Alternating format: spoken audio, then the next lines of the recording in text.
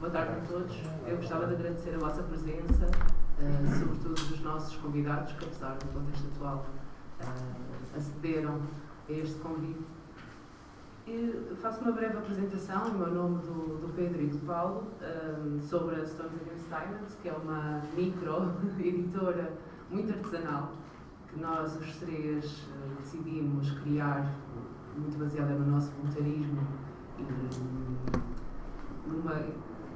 num grande esforço, de acordo com as possibilidades que nós vamos tendo, porque sentimos que havia falta de um espaço de reflexão e também de partilha nos meios em que nos movemos, e julgamos que esse espaço é vital, e daí termos começado esta editora, que está baseada mais ou menos em três pontos que nos parecem fulcrais para toda a atividade que nós temos desenvolvido, que são três condições da arquitetura: a condição política, relacionada com o papel que a arquitetura tem no contexto político, económico e social, a sua condição artística, entendendo o arquiteto como técnico, mas também como intelectual, e a condição disciplinar, muito relacionada com aquilo que é o ensino e a aprendizagem de arquitetura no atual modelo universitário, e procurando repensá-lo, dado que não nos revemos em algumas dessas coisas, nomeadamente na forma como a crítica, se não tem sido evitada, tem mesmo sido excluída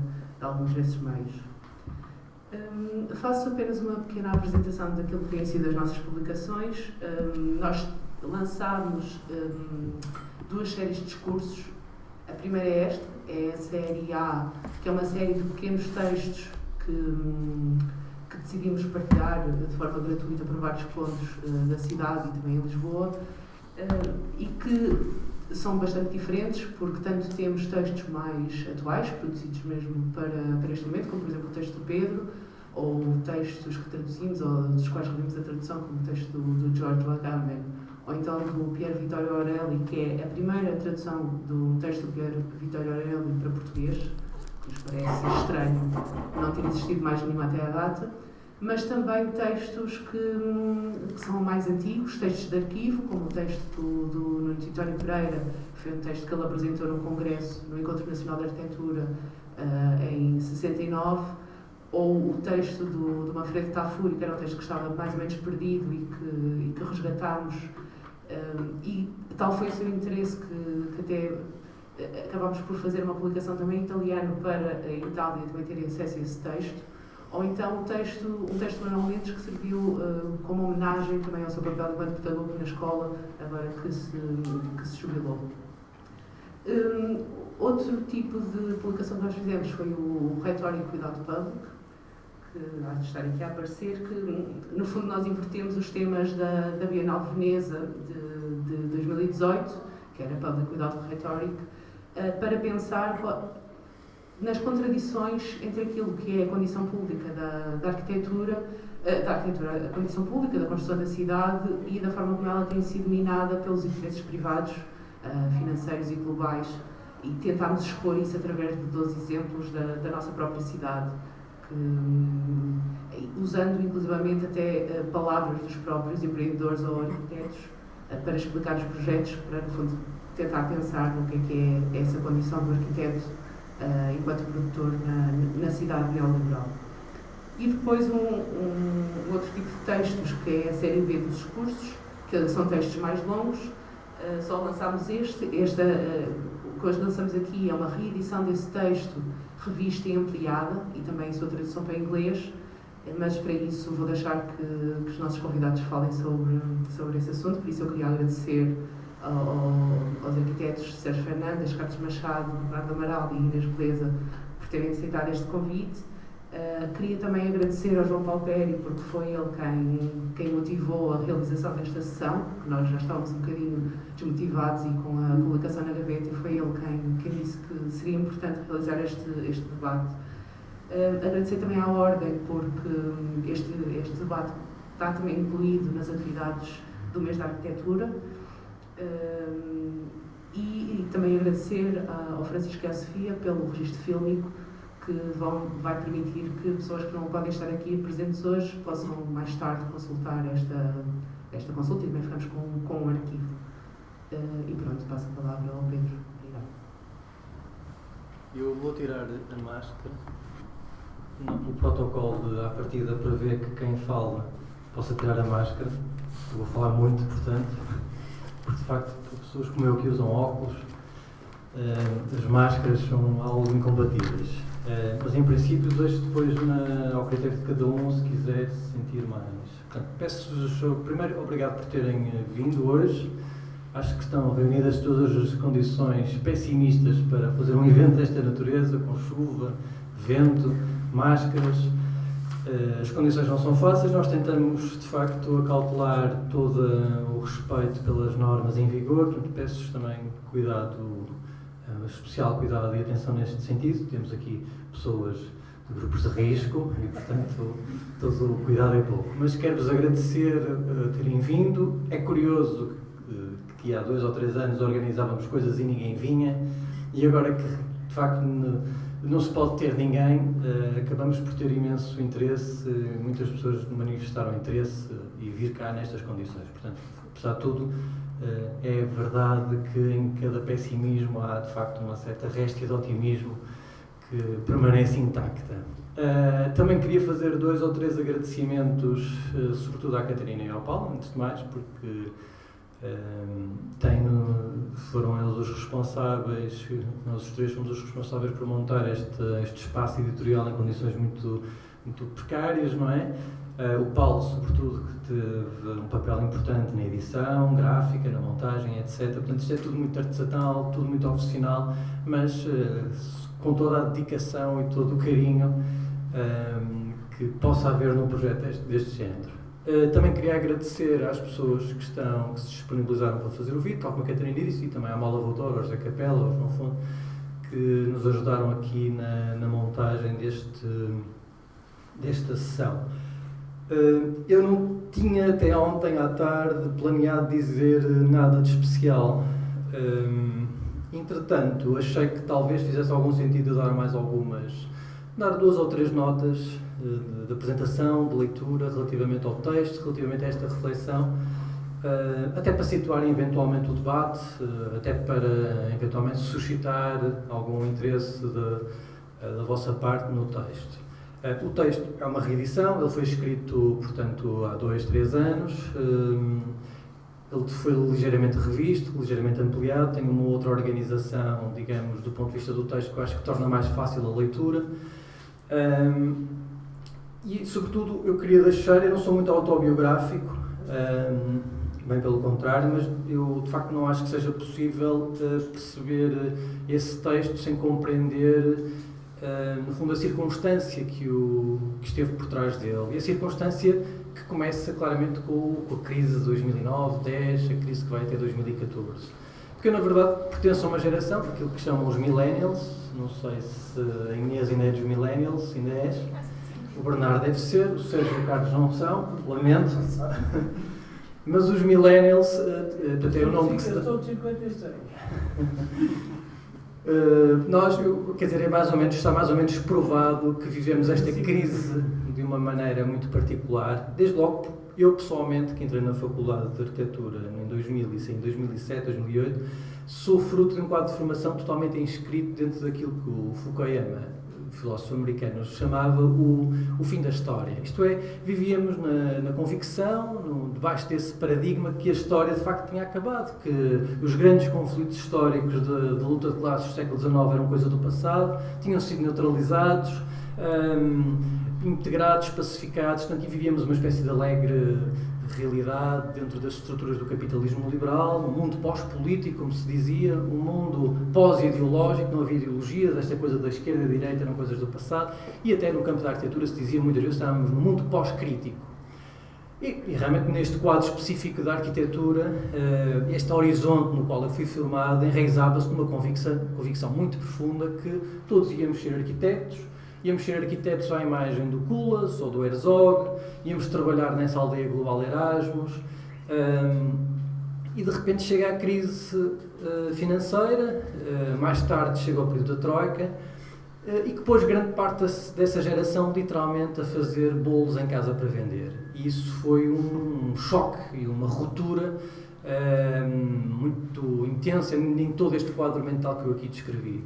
Portanto, esta minha reflexão é, de alguma maneira, acima de tudo, uma maneira de compreender a crise que a própria crise provocou ao colocar um fim nesse fim da história, portanto, nessa percepção de que o mundo tinha chegado a uma espécie de realidade em permanente progresso.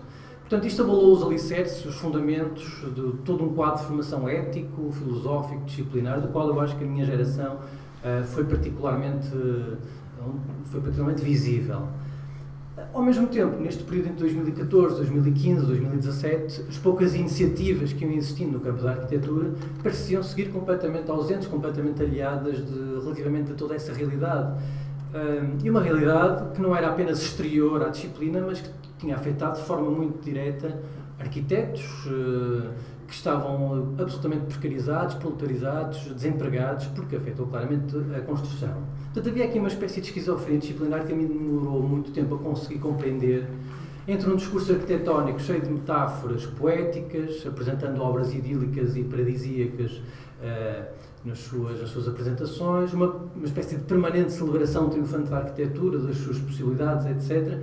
E um mundo social e político absolutamente em convulsão, do qual nós éramos absolutamente parte, objeto de transformações violentas, níveis de desigualdade cada vez maiores e uma exclusão social também cada vez mais insistente, digamos assim. E, no entanto, entrávamos ali na escola ou entrávamos em algumas instituições de arquitetura e era como se tivéssemos cruzado os portões do paraíso, porque parecia ser uma realidade completamente diferente. E é neste sentido que a Conferência do Chamy aparece-me, porque acaba por ser um momento deste contexto, um ponto nesse contexto. Não tenho nenhuma embirração com o Chamy, estou sempre a dizer isso. Acho que o Chamy produz um certo tipo de arquitetura, pelo contrário, que interessa muito perceber as suas razões, os seus fundamentos, e interessa perceber como eles são, de alguma maneira, momentos fundamentais dessa construção, desse discurso disciplinar. Aliás, logo o título da apresentação do Chamy a mim foi-me particularmente caro, porque eu acho que sintetizava também um conjunto de reflexões que andavam um pouco por aí, essa ideia de que o título era Objeto e Paisagem. Portanto, isto é um pouco a circunstância. O argumento deste meu ensaio, digamos, isto é uma reflexão que está em aberto, não é uma reflexão que tenha parado há 2 anos, é uma coisa que eu continuo a desenvolver de alguma maneira, mas eu acho que o tema principal que aqui está, de alguma maneira, por detrás, tem muito a ver com essa ideia de que a arquitetura foi privatizada. Não apenas porque nos anos da crise estávamos perante uma ausência de encomenda pública, mas porque, de facto, estes dois termos, objeto e paisagem, pareciam surgir cada vez mais como sucessores de pleno direito de outros 2 termos, que eram projeto e cidade, que ainda no meu tempo eram, digamos que, um binómio importante de toda a construção do discurso disciplinar. E agora parecem cada vez mais remetidas para a condição de curiosidades históricas, digamos assim. Portanto, essa privatização da arquitetura, ao mesmo tempo, parecia cada vez mais corresponder àquilo que me parece uma dissolução dessa ideia de projeto, da ideia de arquitetura como projeto. Uma ideia que tinha, de facto, como razão de ser o suporte político e institucional, ou tinha um suporte político e institucional neste modelo de Estado social que, ao mesmo tempo, estava a ser posto em causa pelo neoliberalismo e pela economia financeira do neoliberalismo. Portanto, esta ausência do projeto, esta nostalgia do projeto, se eu posso dizer assim, foi sendo ao mesmo tempo o reconhecimento de uma certa impossibilidade do projeto num quadro político e económico absolutamente diferente, ligado ao neoliberalismo. Portanto, e impossível precisamente porque a conclusão que eu comecei a chegar de alguma maneira era que o projeto não era simplesmente uma figura abstrata, atemporal, da concepção arquitetónica, com gesto de antevisão, mas era sobretudo, ou foi sobretudo, antes de mais, a figura conceitual e funcional que organizou todo o discurso disciplinar e profissional da arquitetura no quadro das políticas sociais democratas do início do século passado. Portanto, o projeto, para dizer assim de forma mais sucinta, é a tradução em termos arquitetónicos do programa da social-democracia das estruturas do Estado Social. Dito de um outro modo, o projeto do Estado Social corresponde ao Estado Social, digamos assim, do projeto, isto é, à condição marcadamente social do projeto. Portanto, neste sentido, não foi apenas o projeto, ou melhor, o projeto que fez da cidade um objeto de reflexão disciplinar, Não foi apenas a arquitetura que produziu a cidade do século XX, nem que seja em termos teóricos e disciplinares, mas foi a cidade social-democrata, o modelo da social-democracia, que produziu a própria arquitetura, que inventou a própria arquitetura, talvez se possa dizer assim, tal como chegamos a conhecer a arquitetura, essa ideia da arquitetura como projeto. E, portanto, essa condição histórica da privatização do Estado Social é, portanto, também a condição histórica da privatização da própria arquitetura. O neoliberalismo não privatiza apenas o Estado da sua função pública, podemos dizer dessa maneira, mas expropria a arquitetura da sua função pública, enquanto relação intrínseca entre edifício, urbe, enquanto projeto, cidade, enquanto desenho e desígnio, que é aquela forma feliz que Nuno Portas usa alguns dos anos 60. Ora, se a expressão objeto arquitetónico, e acho que todos estamos familiarizados com esta expressão, de facto ganhou um destaque e um relevo tão grande nos últimos anos, é precisamente porque ela é a figura conceitual que substitui o projeto e organiza a arquitetura nas atuais estruturas políticas e económicas do neoliberalismo. Isto é, os termos do seu discurso, a ideia da exaltação da autonomia da forma, a sacralização do artefacto, digamos assim, do gesto poético da criação, a celebração dos valores perenes e essenciais da arquitetura, são tudo modos, digamos assim, de legitimar uma arquitetura cujo verdadeiro valor, digamos assim, é o valor de renda da forma, isto é, o valor enquanto mercadoria, enquanto capacidade de reprodução e multiplicação de capital num mercado de real estate, digamos assim, imobiliário, que hoje tem um peso fundamental na economia financeira do neoliberalismo. Mas ao fazer do objeto, digamos assim, uma entidade não referencial, como inteligentemente lhe chama o Valerio Olgiati, penso que estarão mais ou menos ao corrente deste livro importante, que foi um sucesso de vendas do Olgiati, isto permite também construir uma abstração, digamos assim, absoluta relativamente às próprias condições da produção, porque ela é não referencial, e ao mesmo tempo também permite assegurar a integridade física da obra, da arquitetura, na esfera inefável da cultura, e ao mesmo tempo também permite salvaguardar a integridade moral do próprio arquiteto num mundo absolutamente privatizado, numa arquitetura absolutamente privatizada. Nem é preciso ir muito longe, basta ver as imagens da vila além do Olgiati para ver como estas coisas são todas uma espécie de súmula de todos estes aspectos.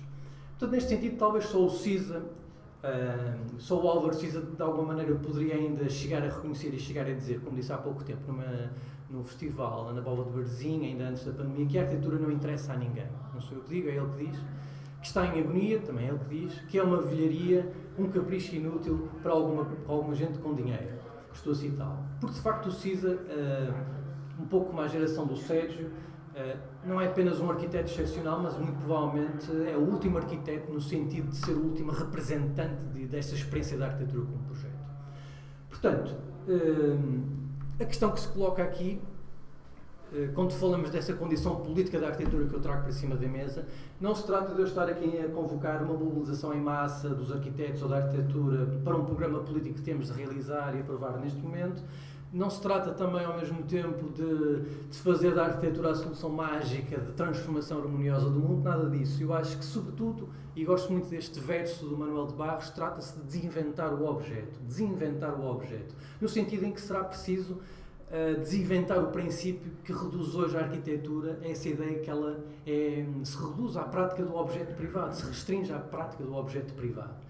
E, sobretudo, construir um discurso disciplinar capaz de refletir criticamente a função, a condição e o estatuto que a própria arquitetura detém nas atuais estruturas.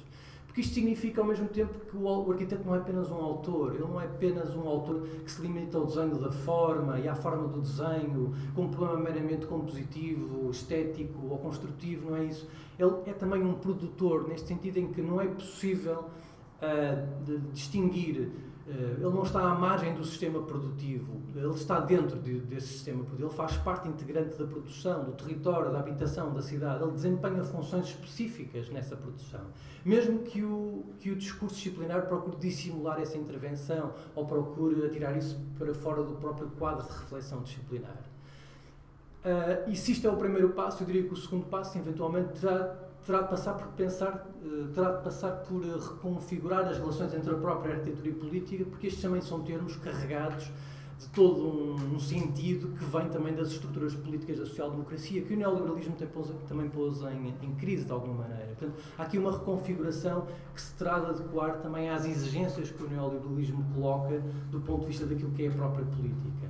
E por isso é que me interessa, como ponto de partida, uma expressão que eu uso nesse texto, a organização do pessimismo, que eu vou buscar a Walter Benjamin e a Pierre Naville, personagens que estão nos anos 20 e nos anos 30, no contexto da Alemanha e da França, mas também uma ideia que a mim parece particularmente cara, que é essa ideia de que Argan levanta num texto chamado Projeto e Destino. E pode parecer um bocadinho contrassenso ou contraditório eu trazer para cima da mesa neste momento uma formulação tão, digamos, de alguém como o Júlio Carlos Argan, que está profundamente comprometido com este ideal reformista dos anos 60 em Itália, mas quando ele no fundo escreve no Projeto e Destino que nunca se projeta para, mas sempre contra, de que o trabalho do arquiteto não é com as instituições, mas contra as instituições, eu acho que há aqui qualquer coisa da natureza do projeto que me parece útil e ao mesmo tempo parece muito esquecido. E sobretudo porque alguém, ao dizer isto, desinveste, por dizer assim, o projeto dessa carga positivista, tecnocrática, da qual nós estamos habituados a ver o projeto como se ele fosse uma espécie de permanente solução para um problema técnico. E, de alguma maneira, ele investe-o de uma carga negativa, de um potencial de conflito e de resistência, que, apesar de toda a ideia de projeto, parece trazer consigo, nem que seja informulado nem que seja no seu programa iluminista, digamos assim. Eu gostava de terminar, eu acho que já estou a falar demais, peço desculpa, mas eu gostava de terminar com um pequeno fragmento que escrevi há pouco tempo para uma outra revista, para a concorrência, para a revista MA, que saiu recentemente, e que se chama Falta de Arquitetura. E é um texto que coloca como epígrafe, como uma espécie de repto inicial, duas citações. A citação do Cisa, que eu vos li há pouco, quando ele dizia que a arquitetura não interessa a ninguém, e uma outra citação de um filósofo francês, o Gilles Deleuze, quando ele escreve num dos seus textos sobre cinema que o povo já não existe, ou ainda não, falta o povo. E eu gostava de reforçar essa relação entre esse ninguém, a que o Cisa faz referência, e esse ainda não existe, esse povo que ainda não existe, que o Deleuze faz alusão. E vou ler o texto. São 2 parágrafos pequeninos. Voltando ao início, aquilo que está em causa, quando Álvaro Siza refere que a arquitetura não interessa a ninguém, não é apenas a constatação de um desinteresse generalizado pela arquitetura, mas o facto desta estar perante a situação histórica de ter perdido esse alguém, esse público, para invocar, de novo, Giancarlo de Carlo, onde o sentido da sua ação estava radicado. E por isso a privatização da arquitetura significa não apenas a dissolução da sua condição pública, mas a dissolução desse público como condição da arquitetura. Ora, conflito não significa violência. A violência está aí um pouco por todo lado, em grande parte dissimulada pela própria arquitetura. Pelo contrário, conflito significa expor a violência das instituições, mas apenas na medida em que isso torne possível voltar a encontrar esse alguém, esse público, que é hoje o sujeito coletivo ausente em torno do qual gravita a arquitetura. Se é possível dizer falta arquitetura, é precisamente porque falta o povo, seguindo os termos do Deleuze. Falta esse público da arquitetura, tanto como realidade histórica como promessa futura. Porque aquilo que a machina infernal do neoliberalismo não cessa de nos expropriar é a possibilidade de existirmos enquanto sujeito político coletivo, de nos podermos inventar enquanto povo e, por isso mesmo, de poder inventar um povo, de apelar a um outro povo, a uma outra forma de vida, a um outro ser em comum, a um povo ainda não aí, futuro, ausente e inesperado.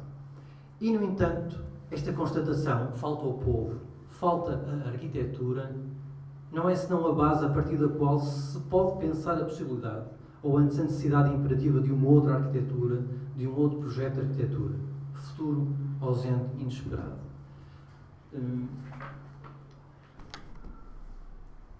Pareceu-me útil, nem que fosse para o debate, nem que fosse enquanto apresentação fazer as pequenas notas, talvez sejam um bocado confusas, é difícil de ser sucinto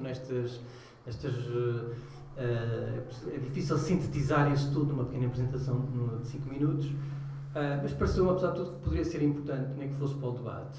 E explicar-vos também um pouco porque é que eu escolhi estas 4 pessoas, ou porque é que escolhemos estas 4 pessoas para este debate, porque no fundo, mais do que falar aqui do texto, interessaria talvez confrontar, à luz de tudo aquilo que foi dito, à luz de tudo aquilo que foi escrito, confrontar, cruzar, contrapor quadros formativos, horizontes disciplinares muito diferentes relativamente à própria arquitetura que o Sérgio, o Carlos, o Bernardo e a Inês trazem hoje aqui. E penso que isto seria uma boa maneira também de percebermos, porque apesar de tudo somos todos da mesma escola, que é uma coisa interessante. Passamos todos pela Escola do Porto, pela Faculdade de Arquitetura, em tempos e circunstâncias históricas muito diferentes, e cada um de nós, como eu tentei explicar no início, foi formado num quadro muito específico, com um horizonte, com expectativas, com ilusões, com ideias muito distintas daquilo que poderia ser a prática da arquitetura e a prática disciplinar. E eu penso que isto seria a melhor maneira de iniciar uma discussão sobre isto, teria que passar eventualmente por cruzar estas experiências. E por isso é que eu pedi ao Sérgio para estar cá hoje, e agradeço o convite, ao Carlos, ao Bernardo Amaral e à Inês. O Sérgio dispensa apresentações, penso eu. O Carlos também dispensa apresentações, portanto, o Sérgio dispensa, não é? Apresentações. O Carlos também dispensa apresentações. São as pessoas é que dispensam. Não é verdade. O Carlos dá aulas da Faculdade de Arquitetura, professor de História, o Sérgio também passou. Não vou apresentar, não consigo sequer, não tenho. O Bernardo é de uma geração ligeiramente mais velha que a minha, ligeiramente só. Tenho um trabalho, uma prática individual de arquitetura já com alguns anos, está a fazer doutoramento, tenho trabalhado muito sobre as questões da participação, do Sérgio Ferro, que é um nome pouco conhecido, mas um arquiteto bastante interessante desse ponto de vista. E a Inês Beleza, que eu convoco também para este debate, é ainda mais nova que todos nós, mas pareceu-me interessante precisamente porque é alguém que vem da faculdade, saiu da faculdade em 2017, se eu não estou em erro, trabalhou já durante alguns anos em arquitetura, cá fora, lá fora e cá dentro, digamos assim. Sobretudo, ganhou recentemente o concurso para o concurso de ideias da recuperação de uma ilha, não é? Dentro do projeto da Habitat Porto, não é? E pertence também ao MTA, ao Movimento dos Trabalhadores em Arquitetura. Portanto, pareceu-me alguém que representava, ou podia dizer alguma coisa acerca desse tal horizonte ético, político e disciplinar que eu falei há pouco. Estes são os termos de debate. Acho que todos eles ficaram um pouco arrependidos depois de eu lhes ter feito o enunciado, porque acredito que seja um bocado vago e um bocadinho difícil, sobretudo para uma coisa para ser dita em 5 minutos, mas de qualquer modo agradeço a vossa disponibilidade para estar aqui hoje, também a vossa, e se calhar começávamos por ordem inversa. Eu se calhar passo-lhe o... Boa tarde a todos. Queria agradecer o convite que me foi endereçado para estar aqui hoje. Eu tinha pensado preparar uns tópicos, mas como não vou abdicar da máscara e como a máscara é incompatível com os óculos, não vale a pena ver os tópicos que preparei. Há uma coisa, eu li o livrinho que foi publicado, o livrinho porque é pequenino, mas é bastante substancial. Li-o e eu diria genericamente, estou em total acordo, identifico-me com tudo o que se diz nesse livro, e fundamentalmente com esta ideia de que a arquitetura não é uma coisa abstrata. Não pode ser uma coisa abstrata, não pode ser uma coisa a sacralizar, como foi dito também no livro. A arquitetura tem relações, tem contextos, etc. E sem um contexto, e esse contexto não é apenas físico, não é um problema de se o relevo é muito ou se é pouco, se as casas ao lado são altas ou são baixas, é muito mais do que isso, quanto a mim, um problema que tem que ver com as condicionantes sociais, políticas, etc., que a determinam. E aí é que eu tenho algumas dúvidas sobre essas coisas do que acabou e do que não acabou, porque a sociedade não acabou, o que tem é é outras maneiras de se manifestar. Também tenho por certo que a arquitetura sempre foi dependente da política e não apenas daquilo que os arquitetos ou as pessoas, por mais bem intencionadas que sejam, ou por mais bem formadas que sejam, possam imprimir na sua atividade profissional. Bom, essa coisa do contexto para mim é absolutamente determinante, esse contexto tomado numa seção mais ampla possível.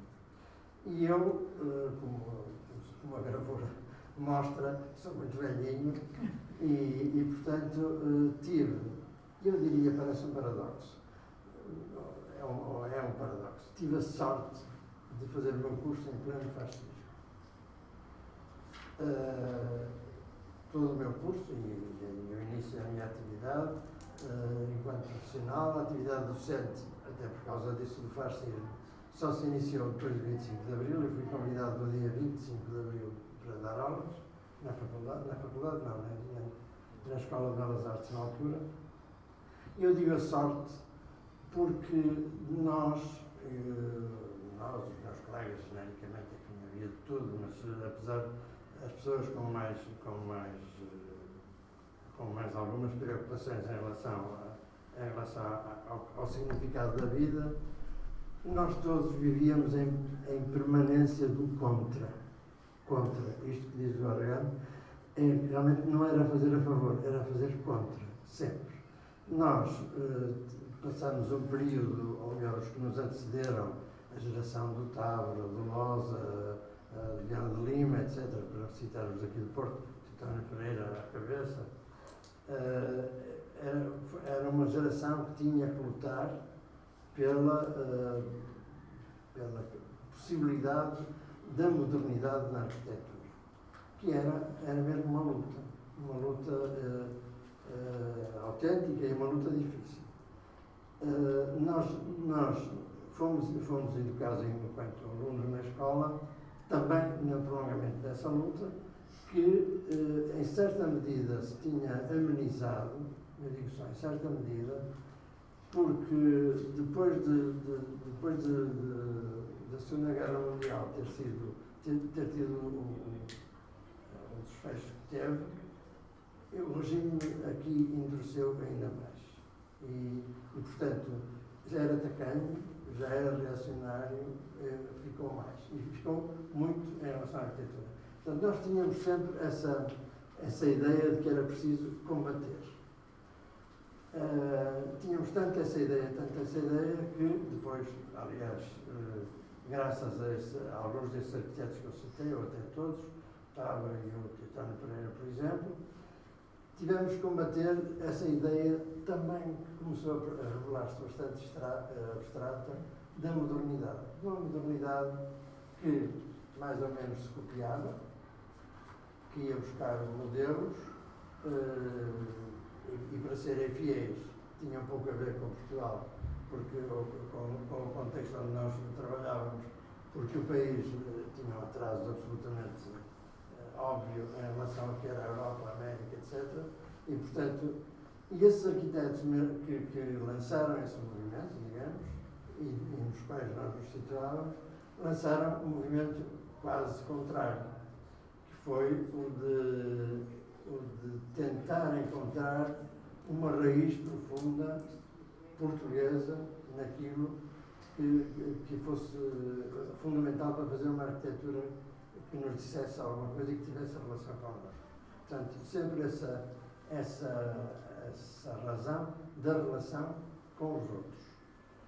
O meu período de formação foi exatamente coincidiu com esse período da tentativa de voltar às origens, tentativa que depois teve consequências óbvias na forma da arquitetura, mas que teve pelo menos uma vantagem ineludível. É que nós sentíamos com obrigação, mais do que fazer desenhos, de conhecer a realidade. E isso é que me parece que vocês, eu estou a olhar para a plateia e realmente eu não devo ser muito mais velho que todos vocês, vocês não tiveram essa sorte que eu invoquei há bocado. É que o contexto geral tem uma espécie de papa feita que nos vão metendo pela goela abaixo e que dispensa essa atitude do contra. E então o refúgio é realmente esse nível de abstração, esse olhar para o umbigo, olhar para o projeto já não é projeto, é uma resposta. E é uma resposta, evidentemente, quanto mais bem feita for, mais louvável será, mas tende fortemente a não ter mais nenhuma implicação. Ora bem, isso é, de facto, uma condição atual, na qual o arquiteto em si vai ter muito pouca influência, por mais volta que diga. Digamos, não é o ensino da arquitetura que vai ensinar as pessoas, os futuros arquitetos, a serem conscientes. Não pode ser. Pode dar utensílios, eu aliás lembro-me que eu fiz parte, era quase também inevitável, estive muito ligado aos movimentos para os 25 de Abril, aos movimentos de habitação para os 25 de Abril, ao SAL, e lembro-me muito bem, eu estava já na escola, portanto entrei na escola nessa altura, lembro-me muito bem que os alunos, com entusiasmo mais do que o lícito, de se debruçarem sobre as necessidades das populações, etc., muito rapidamente também constataram que não sabiam fazer nada. Ou melhor, não eram capazes de dar uma resposta naquele contexto. Mas tinham essa vantagem, é que estavam interessados em dá-la corretamente. Eu creio que hoje em dia, eu não sou nada pessimista, esta coisa do pessimismo, não sou nada pessimista, sou rabugento, dizem, mas não sou. Mas há quem diga. É meio caminho andado. Não, há quem diga que sim, eu não sou. Perdi-me agora com esta coisa, já não sei o que ia dizer, mas eu acho que a consciência política e a consciência da presença da política em toda a ação é que eu acho que falta cada vez mais. Porque eu li o livro, portanto, e com base no texto de uma conferência do SAMI, escritório ou arquitetos que eu desconheço em absoluto, apenas fotografias, e percebo perfeitamente que aquilo, se o livro está correto, espero que sim, resvala para uma total abstração. Não importa onde nem como, talvez importe, ou melhor, onde talvez sim se adapta bem à paisagem, ou não, aquela do objeto e paisagem. O título dá um pouco o teor daquilo. Ora bem, eu o que acho neste momento é que é preciso que as pessoas tomem consciência do contexto onde estão e vejam como se pode fazer contra o largar. Não sei, no momento, ficava por aqui.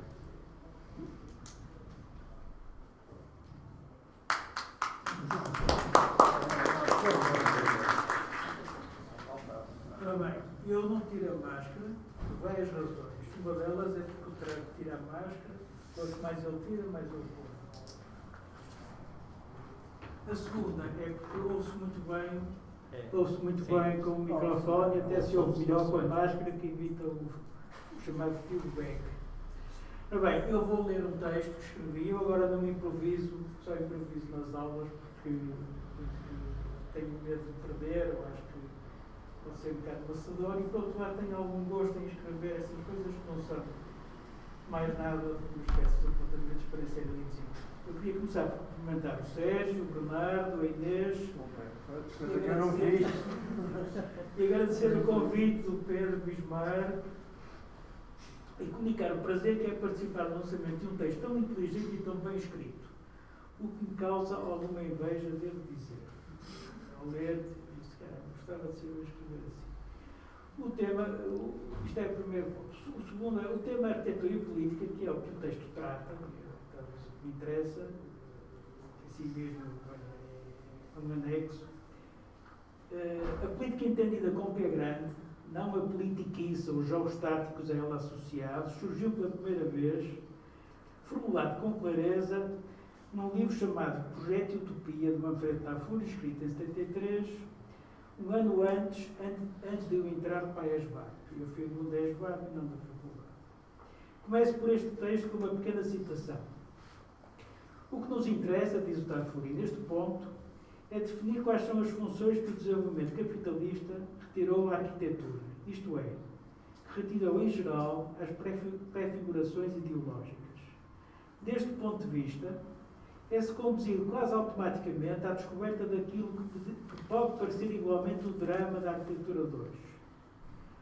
O de ver-se obrigada a voltar a uma arquitetura pura, exemplo de forma privada de utopia, nos melhores casos, sublime e de utilidade.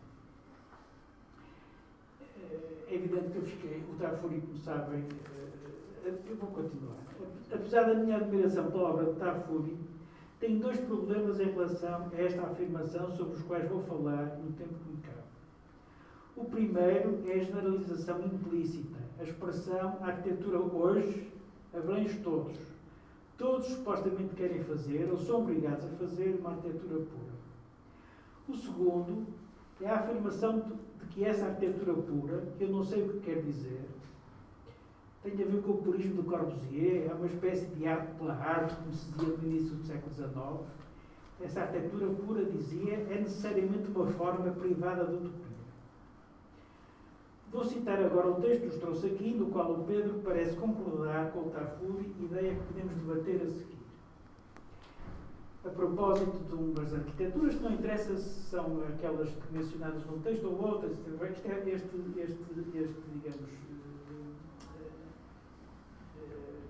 diz?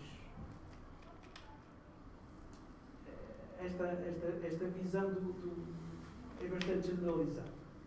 A poesia transforma-se assim numa espécie de refúgio último, onde se preenche o vazio de uma arquitetura reduzida à pura logística, condenada ao seu sem desígnio e à gestão competente e diante do possível, mesmo que na sua forma mais bela. Está na página 10.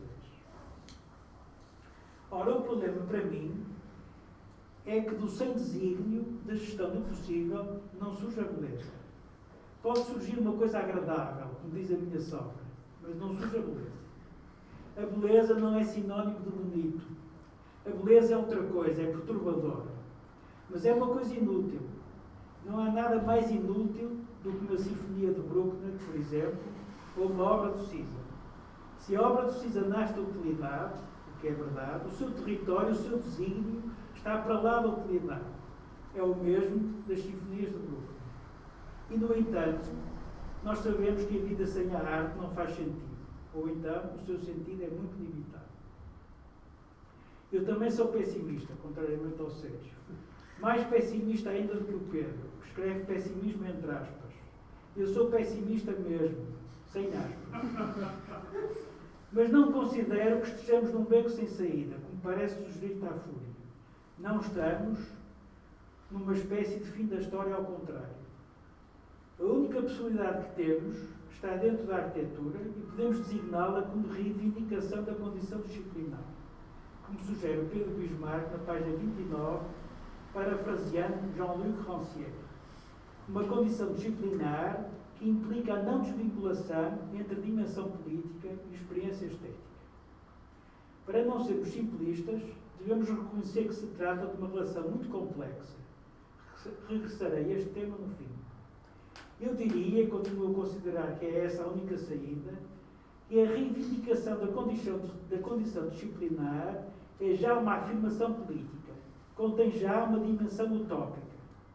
Não resisto a lembrar, perante o espetáculo deprimente da arquitetura recente, o modo como o movimento moderno, tão criticado por alguns, surge com uma grandeza de objetivos e propósitos que neste momento parecem inalcançáveis.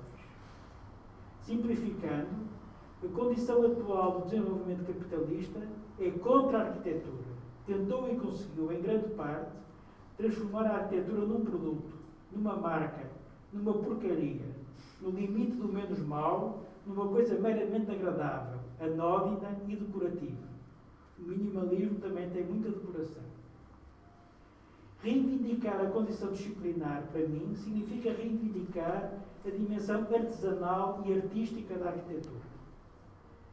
Estas duas coisas juntas é importante. Vou recorrer agora ao texto de um amigo que trata destes problemas. Talvez este texto abuse da palavra grande, por isso é também assunto, mas isso é também assunto de debate. Para mim não há grande arte e pequena arte. Há arte que, como dizia Tavra, faz parte da vida de todos, dos artistas e dos outros. É connatural à humanidade. O texto é de João Sousa Dias, o título é Utopia Íntima da Arte. Colei alguns excertos. Passo a ler. Há uma utopia fundamental constituinte da arte, do fenómeno artístico. Uma utopia íntima, interior, consubstancial a esse fenómeno e irredutível às variáveis representações da arte, da sua função e da sua destinação por cada época, por cada artista e por cada corrente estética. Trata-se de uma utopia espiritual instauradora, tão arcaica quanto moderna, as duas coisas ao mesmo tempo, e que é como que há aqui razão da vontade da arte, prévia a todas as razões, e que faz comunicar todas as épocas da arte pré-histórica à contemporânea, na mesma insistente identidade dessa vontade e do sentido último, supra-humano, entre aspas, da criação artística. Este supra-humano tem a ver com Nietzsche, não interessa. Não vamos agora falar disso. Dessa utopia, cada obra de arte, na sua vitalidade irredutível à historicidade, no seu sobrevoo das idades da história, é tanto uma objetivação como uma cintilação propriamente transhistórica e o apelo à sua efetuação. Ao obscuro apelo desdobrado em todas as obras, pelo uníssono dessas vozes do silêncio, Malraux, entre aspas, é uma frase de Malraux, ou uma humanidade à sua medida, à medida da arte. Se a criação artística se faz em cada época a contratempo da época, se a contratempo é o tempo próprio da criação, não é só contra a sua época que a obra se insurge, mas mais profundamente contra qualquer época em que as forças do espírito, as forças do homem para lá do homem, não possam infinitamente medir-se, libertas da alienante determinância social da vida material com as forças da arte. Tal é a utopia transhistórica da arte, a sua constitutiva exigência, a de uma comunidade espiritual, a de uma comunidade humana, espiritual, quer dizer, da humanidade como comunidade de homens livres. Toda uma destinação essencial, espectral, da arte, não ao mundo humano existente, mas uma outra humanidade capaz de acolhê-la e de corresponder à eventualidade de uma mutação espiritual geral, exigida como seu correlato pela criação. É neste sentido que a arte é impensável sem a não-arte, sem um apelo, ou sem o apelo, a um exterior que todavia lhe é interior, criado por ela possibilitado. Impensável, pois, sem a sua intrínseca articulação com forças não artísticas que a efetivem, com forças de autossuperação humana ou com o devir revolucionário dos homens. É neste sentido, em síntese, que a invenção estética por si mesma corporiza uma constitutiva dimensão utópica, a utopia de um povo que a aproprie, de uma comunidade por vir, talvez impossível. A arte, criação de possibilidades, de mundos possíveis. Mas é a vida que é, por essência, essa criação, esse combate às impossibilidades, essa expansão do possível que prossegue na arte, ou que, através dos homens, dos artistas, ela prossegue também pelos meios da arte. É uma tarefa necessária. Desculpem. A arte, aqui era uma parte que eu devia ter cortado. A arte não é comunicação. Comunicar é comunicar com um público como entidade dada, atual, pré-existente. Ao passo que a arte convoca um povo que não está aí, que está em falta e que há que fazer existir pela arte. A grande arte é, por natureza, anti-mercado. uma resistência ao mercado, ao domínio do mercado. Há um comércio das artes, mas não há arte comercial. O artista criador não produz para o mercado. O seu trabalho não é a produção de mercadorias, mesmo que tenha de passar, depois, pelos circuitos mercantis do capital. Mas, pelo contrário, criação de um excedente, de um excesso de ser como produto de um trabalho liberto. Como diz Negri, este Negri é o António Negri, que ele depois acaba por citar no fim, a arte é multidão em ato. A obra de arte é uma singularidade, mas que quer ser fluída por todos. É um singular comum. Assim, pois, se a arte é desde já a efetivação da vida humana, como atividade livre, ou se a revolução como única oportunidade do homem só pode ser a utopia de um destino de libertação, então a arte é tanto a voz sempre renovada dessa utopia, como já a sua realização, já a reconstrução do mundo como comunidade de homens livres. Nesta radical operação, a arte antecipa-se ao movimento global do humano. É um poder constituinte, uma potência ontologicamente constitutiva. Através da arte, o poder coletivo da libertação humana prefigura o seu destino. E é difícil imaginar o comunismo à margem da ação prefiguradora desta vanguarda de massas, que é a multitude dos produtores de beleza. Estas últimas palavras são do António Negri, citado num livro chamado Arte e Multitude, de 90. Vou terminar com duas notas. A dimensão utópica da arte, que fala Sousa Dias, está também presente nos quadros de Velázquez, por exemplo, que passou a vida como pintor da corte de Filipe IV de Espanha. A relação entre arte e política é muito complexa e tem muitos meandros, por vezes difíceis de percorrer. Os poetas preferidos de Manuel António Pina eram Ezra Pound, admirador de Mussolini, para quem não souber, e Fernando Pessoa. Devemos falar sempre pela positiva. A meu ver, isto eu só não cumpri esta regra uma vez. A meu ver, o ponto débil do texto do Pedro é usar exemplos só para mostrar o que não é o caminho, mas não fala daqueles que o apontam. Quase que parece que não existem. E é aqui que o texto converge com o que diz Tafuri. Sintetizando, o desenvolvimento capitalista tornou a arquitetura impossível. Eu não estou de acordo. A reconstrução do Teatro Romano de Sagunto, de Giorgio Grassi, é uma obra de arte extraordinária. Permitiu-me ver com os olhos e sentir com o corpo o que é um teatro romano. É um dos melhores exemplos que conheço da utopia transhistórica da arquitetura. Construído contra os patrimonialistas da direita de Valência, e talvez também alguns de esquerda, que lhe moveram um processo em tribunal que durou quase 10 anos. O conjunto residencial de São Vítor, acabado de construir, 3 anos depois de Tafuri publicar Projeto de Utopia, era de cair para o lado. Para quem o viu, tal como eu e o Sérgio Fernandes, entre muitos outros. Era de uma beleza esmagadora, surpreendente, simultaneamente familiar e estranha. Uma beleza que não tinha nada a ver com a utilidade. Se as casas tivessem sido projetadas por outros e fossem feias, teriam sido igualmente úteis para os moradores e um muro na burguesia dos interesses. Tal como foram realizadas, a sua extraordinária beleza evocava um mundo novo, um mundo melhor, tal como as sinfonias do Bruckner. Obrigado.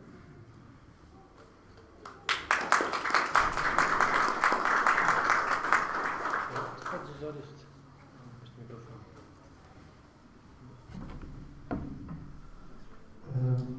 Boa tarde, obrigado Não desliga. à Stones Against Diamonds por este convite e ao Pedro Bismarck. Queria também cumprimentar todos os oradores. Eu fiz alguns apontamentos antes de vir. Vou tirar a máscara mais à vontade. Relativamente a este texto que o Pedro escreveu, Arquitetura e Pessimismo.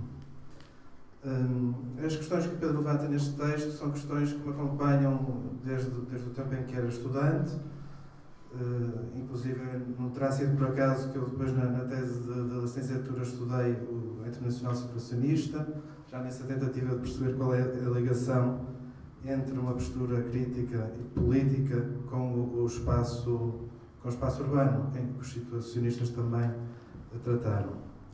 Posteriormente, com a entrada no mercado de trabalho, sofri várias desilusões constantes face às promessas e à ideia que tinha sido criada na formação que tive na Escola de Arquitetura do Porto, porque já estava em plena processo no início do século XXI, em que vivemos o que eu poderia chamar um estado de pré-apocalipse cíclico. Há sempre um pré-apocalipse contínuo do qual nunca nos livramos, que nos tira todos os sonhos e esperanças dessa tal utopia, desse tal futuro que terá existido no pós-guerra, que terá existido a seguir ao 25 de Abril.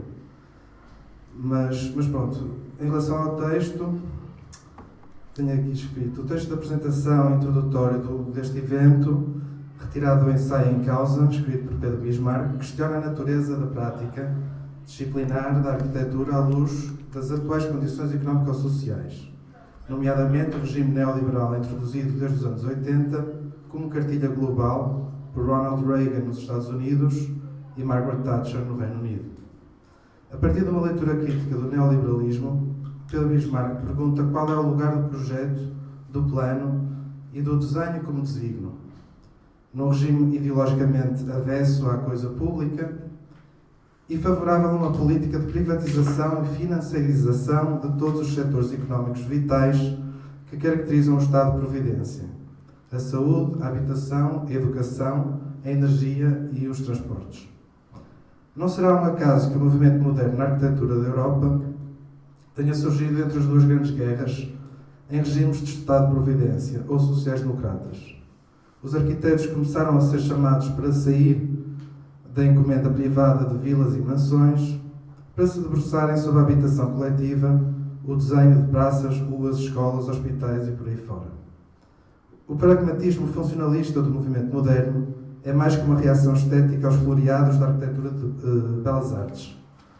É uma resposta disciplinar e política aos desafios levantados por cidades em franco crescimento e bombardeadas por duas vezes na primeira metade do século XX. Esta forma de pensar e fazer a cidade através de edifícios públicos caracteriza o discurso e obra de muitos arquitetos do movimento moderno: Le Corbusier, Alvarado, Louis Kahn, Oscar Niemeyer, entre outros. O desenho como designo, como diria Nuno Portas, reciclando o Júlio Carlo Argan. Um século mais tarde, as escolas de arquitetura, em Portugal pelo menos, continuam a formar arquitetos à luz dos princípios do movimento moderno e do Estado de Providência, em que o projeto de arquitetura é entendido como um dispositivo de transformação económica e social, mas porém o mundo mudou. O final do século XX é marcado pelo fim da cortina de ferro, pela disseminação da cartilha neoliberal e pela popularização da internet e meios de comunicação portáteis. O mundo ficou mais pequeno, mas mais homogéneo também. Hoje vivemos entre dois mundos: o mundo que cabe num bolso e o mundo ao ar livre, um ar cada vez mais poluído e mais contaminado. Que diriam os nossos heróis modernistas hoje ao perceberem que a arquitetura é feita para ter mais uns likes no Instagram e não para ser habitada, vivida? De facto, como são avaliados hoje os edifícios que tantos prémios ganham? Qual o desígnio do desenho da arquitetura hoje, numa sociedade cada vez mais afastada da coisa pública ou do comum, termo hoje muito em voga? Sim, há vozes críticas, promovendo uma arquitetura com consciência política e social, advogando o comum, a participação, a formação de comunidade, a arquitetura de baixo para cima, entre outras. Há de facto uma grande minoria de arquitetos preocupados em montar uma contranarrativa ou até mesmo um contraplano, mas são por enquanto vozes dispersas, não articuladas e com pouco poder de transformação. O neoliberalismo diluiu a força do poder público, do Estado, mas também a força do coletivo, organizado em associações ou cooperativas, pondo em causa o desígnio público da disciplina, como referido por Pedro Bismarck. Hoje a arquitetura está ao serviço de uma economia de mercado e os edifícios são pensados como mercadorias. Neste caso, o desígnio do desenho é um objeto de consumo, um objeto fetiche, parafraseando Karl Marx e revisitando o seminal ensaio do arquiteto brasileiro Sérgio Ferro, O Canteiro e o Desenho, publicado em 1976. Ferro faz uma dura crítica da arquitetura à luz da economia política, denunciando o afastamento do arquiteto das condições de produção da arquitetura, nomeadamente do estaleiro de obra. Ferro verifica que o arquiteto usa o desenho como instrumento de dominação sobre o conhecimento dos construtores, impondo a sua verdade, a verdade do desenho, sobre a verdade da obra. Para Ferro, esta alienação entre o desenho e o estaleiro é fruto da luta de classes no seio de uma economia capitalista, em que o arquiteto contribui com o seu desenho de autor para aumentar a mais-valia do edifício, do promotor. A partir destas reflexões, Ferro tentou reconfigurar as relações de produção no estaleiro de obra. Fazer não o desenho da obra, mas o desenho para a obra. Participando da construção, discutindo com os pedreiros e carpinteiros quais os sistemas construtivos mais adequados, Ferro testou as suas convicções ideológicas em diferentes obras que realizou com o coletivo Arquitetura Nova. Para Ferro, a saída da arquitetura enredada no ciclo vicioso do capitalismo é a reconfiguração das relações de produção, envolvendo arquitetos com construtores e moradores, formando um sujeito coletivo, um trabalhador coletivo autónomo e emancipado. Esta proposta de assumir um trabalhador coletivo teve os seus ecos nos últimos anos em projetos promovidos por movimentos sociais de direito à habitação em diferentes contextos geográficos. É o caso das cooperativas uruguaias, das assessorias técnicas no Brasil ou do movimento de cooperativas de habitação em Barcelona. São exemplos que evocam a autogestão como forma de organização do projeto, desde a sua concepção até a sua construção. São casos ainda residuais, sustentados num regime económico sem fins lucrativos, ou seja, fora do mercado, mas que procuram resolver a carência de habitação de baixo para cima. Para responder sucintamente às questões evocadas no ensaio, sobretudo à questão pendente, que é como reorganizar o pessimismo, como tornar o pessimismo uma ferramenta operativa, um contraplano. Diria que é fundamental evocar a arquitetura como prática social no seu sentido mais lefebvreiano, de Henri Lefebvre. Sair da sua alcova, ou boudoir, como diria Tafuri, e desenhar para a obra, com os construtores e com os moradores. Não se trata de matar o desenho em si, mas sim o seu fetichismo. Tornar o desenho algo mais que um objeto de consumo, recuperar do desenho o seu desígnio político e social, e este só pode ser feito na dialética com a obra e todos os elementos que participam dela. E pronto, é isso.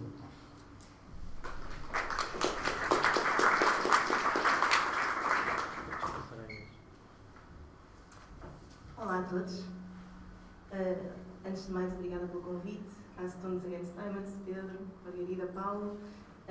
E queria também cumprimentar os arquitetos que estão aqui convidados e que partilham comigo hoje este espaço deste lado. E agradecer a vocês todos também que estão aí desse lado, a despender algum tempo a ouvir as nossas reflexões sobre o texto do Pedro. Queria também dizer que para mim é muito gratificante ver que cada vez mais estão a abrir espaço para que pessoas mais jovens, arquitetos mais jovens, possam integrar o debate do discurso disciplinar. E para mim é uma grande honra e felicidade poder estar aqui hoje a representar esta camada. Há muita gente da minha geração que tem muitas opiniões para expressar e que só precisa de oportunidades para o fazer. Eu também tinha umas notas apontadas, a ideia não era trazer um texto, mas depois comecei-me a afligir e achei melhor, em vez de estar aqui a fazer-vos perder tempo à procura das palavras, realmente trazer um discurso um bocadinho mais estruturado e pronto. E aqui vai eu. Obrigada. O que é falar de arquitetura? Quem pode falar de arquitetura? O que é disciplina? Como se pode mudar o status quo e quem o pode fazer? Estas são perguntas essenciais, difíceis, desconfortáveis, que o texto nos coloca e para as quais não nos são apresentadas soluções, palavra esta mal amada pelo Pedro, ou respostas, como o professor Sérgio disse, mas antes direções. Ao guiar-nos pelo seu discurso, propõe-nos a nós, arquitetos, e às nossas instituições, que nos organizemos para pensarmos alternativas. Faz-nos um cerco, coloca-nos em xeque, o que gera inquietação, e incita-nos à autoavaliação e reconhecimento, não apenas da nossa circunstância, mas também da forma como lidamos com ela. Um texto que, aproximando-se ao formato de manifesto, apesar de Pedro não concordar, tem uma agenda clara, a de provocar movimento rumo a uma retoma do projeto engajado e que toma o ato de publicação, de lançamento, como criação de espaço de debate e partilha em vez de mera documentação, o que é bastante positivo.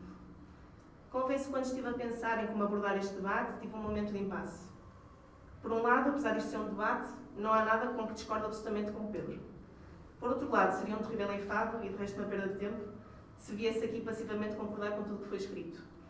Mas à medida que me fui embrenhando no texto, foram surgindo algumas reflexões espontâneas que, apesar de nada ordeiras ou encadeadas, dão nota, no fundo, daqueles que foram os temas que em mim este ensaio despertou e proponho-me então a apresentar-vos sumariamente estas duas destas reflexões. Na primeira, proponho-me a dar o benefício da dúvida e na segunda, a contribuir com a minha experiência recente. Portanto, dar o benefício da dúvida. No primeiro capítulo do ensaio, Objeto e Paisagem, houve uma frase em específico que Pedro escreve e que me prendeu. Relativamente à Conferência do Chami, de 2017, ele escreve o seguinte: o que é relevante na sua apresentação é tanto a ausência absoluta de hesitações, impasses e crises no seu procedimento de projeto, como a ausência de uma espécie de instrução mínima que nos ajuda a reconhecer e a encontrar o sentido do seu projeto de arquitetura. Admito que me é muito difícil imaginar a possibilidade de existir um projeto que não crie hesitações, impasses ou crises no seu desenvolvimento. Da minha parca experiência, posso dizer que não houve um único projeto em que tivesse trabalhado que não suscitasse um desses momentos e tento mesmo acreditar que tal não é possível. A questão que aqui a mim me parece pertinente colocar não é tanto se existiram ou não hesitações, mas antes que tipo de hesitações poderão ter surgido no desenrolar do projeto. Terão sido elas unicamente de caráter formal, técnico, estético? Terão sido impasses gerados apenas pela dificuldade de articulação entre escolhas matéricas como condicionalismos económicos? Ou terá havido algo mais? Talvez uma reflexão sobre o significado histórico da ruína, ou uma memória afetiva que ela encerra, ou até mesmo sobre a diferença simbólica entre uma mesa redonda e uma mesa retangular. É, no fundo, aqui que lhes quero dar aos arquitetos e a nós todos o benefício da dúvida. Não me surpreenderia que sim, que todas estas questões tenham tido espaço para existir, mas que tenha sido uma escolha consciente não nos dar palco na conferência. Não me surpreende porque, no fundo, foi também esta a maneira de avaliar e valorizar projetos que me foi incutida na formação. Nunca nos vários anos e exercícios de projeto académico me foi pedida outra coisa que não responder de forma clara e eficaz ao programa pré-delineado pelos professores. A ideia de conceito ou de síntese construtiva nunca tocou outros campos que não os da técnica e da estética. As cadeiras de teoria ou história não eram comunicantes com este projeto. Não havia qualquer tipo de relação entre elas ou de reflexão sobre o significado político e social daquilo que nos propomos a projetar. Não se falava sequer da crise económica, que durante o meu percurso académico estava bem presente. É também preciso entender que hoje em dia a comunicação faz maioritariamente através de imagens. Somos uma sociedade com cada vez mais distrações, com menos capacidade de concentração, que sente o escassear do tempo e que, portanto, está também menos disponível para ouvir e debater assuntos mais complexos que uma simples imagem não consegue abarcar.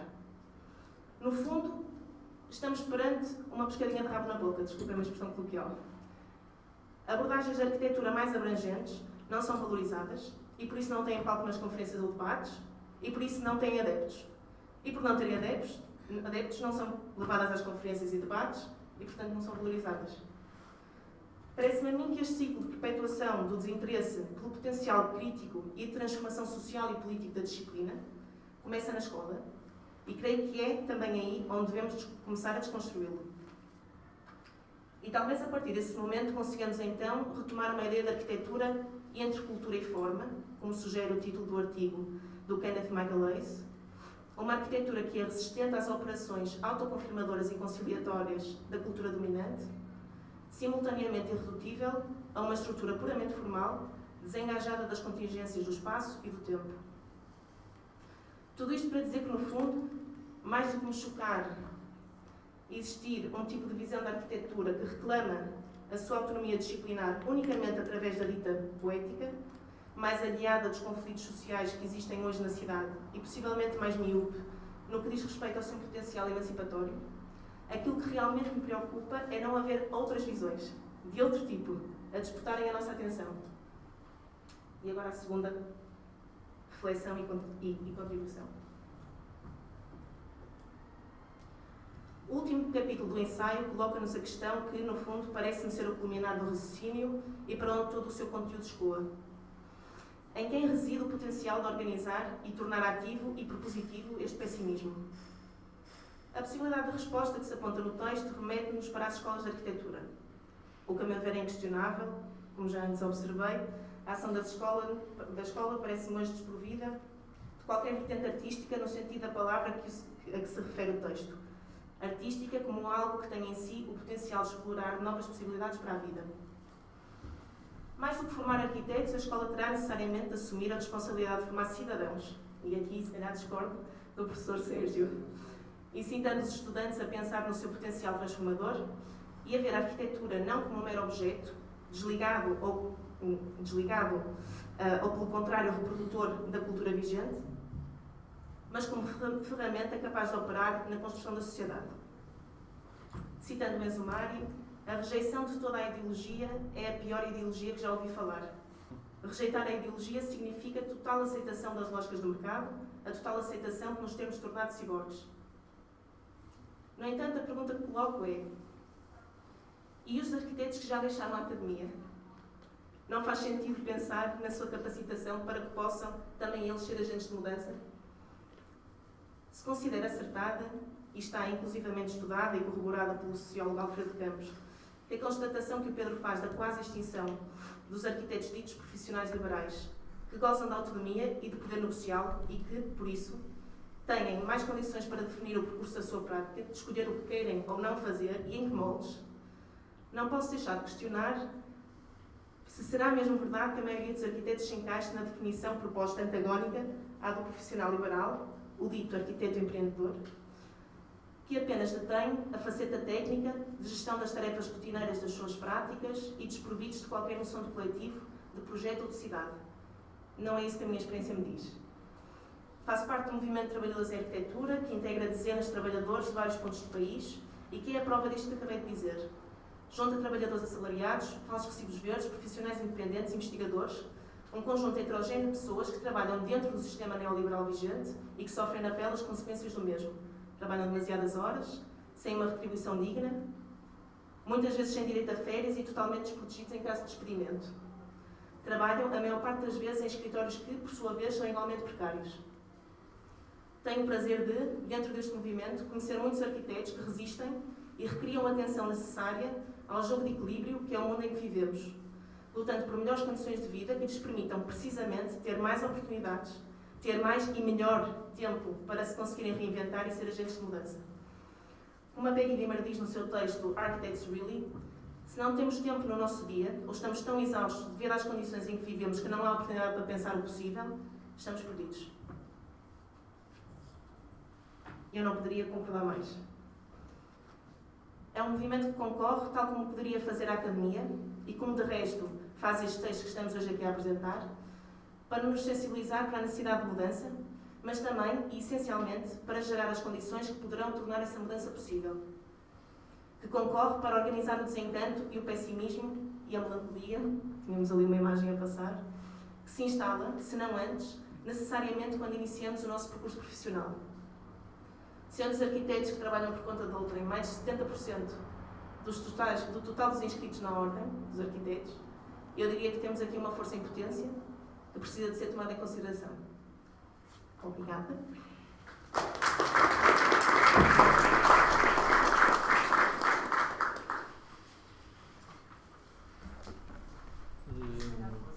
Depois não temos moderador nesta sessão, é uma sessão sem moderadores. Não, eu não sei que horas são. São 7h20. São 7h20. Eu se calhar posso só fazer. Queres que te passe a palavra? Quer dizer, eu não vou conseguir responder diretamente Não vou conseguir responder diretamente a alguns dos aspectos que foram ditos aqui que me pareceram particularmente interessantes.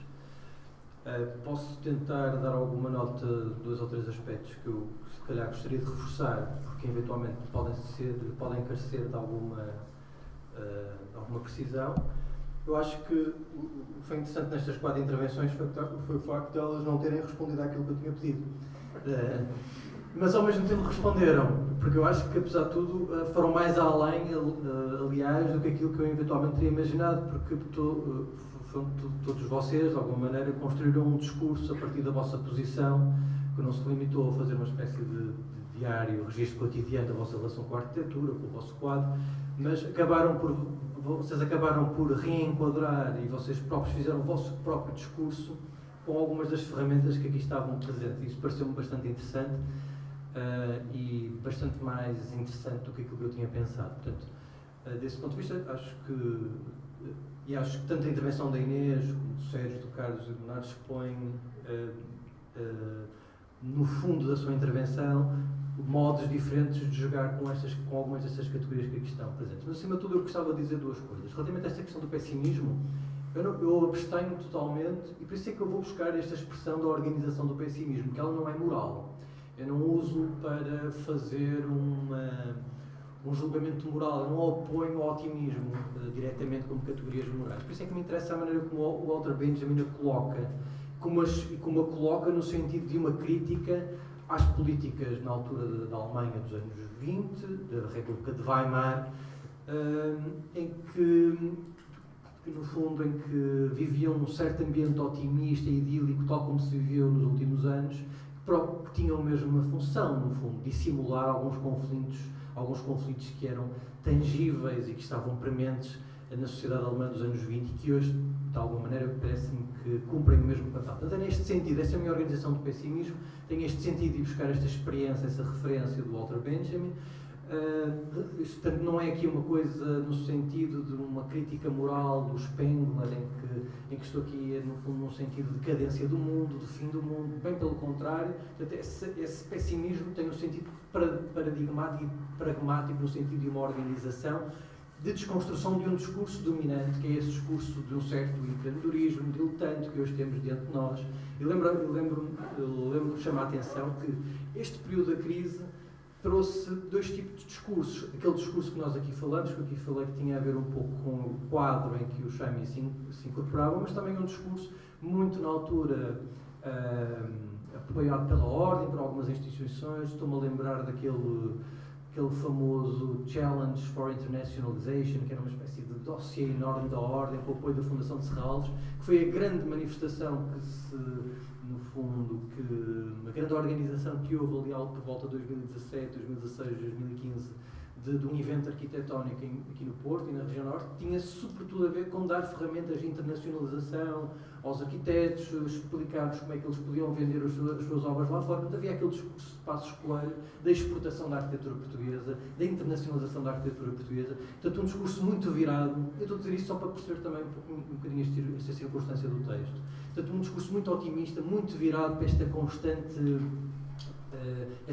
necessidade dos arquitetos atualizarem as suas ferramentas de trabalho. E, portanto, o discurso disciplinado da arquitetura estava quase totalmente veiculado no sentido de vamos perceber como é que vamos trabalhar com estes instrumentos de branding, de marketing, os instrumentos, como é que vamos tornar mais operativos e produtivos os instrumentos de trabalho, sem nunca discutir as tais condições de produção da arquitetura. Portanto, isso era talvez esse aspecto que eu também queria pegar aqui, porque é que me pareceu importante usar este termo da organização do pessimismo. O outro aspecto, respondendo um pouco ao Carlos, tem a ver com portanto, esse texto situa-se sobre um ponto, uma linha de fratura difícil de gerir, não é? Que tem muito a ver com esse encontro entre a condição política e a vocação artística da arquitetura.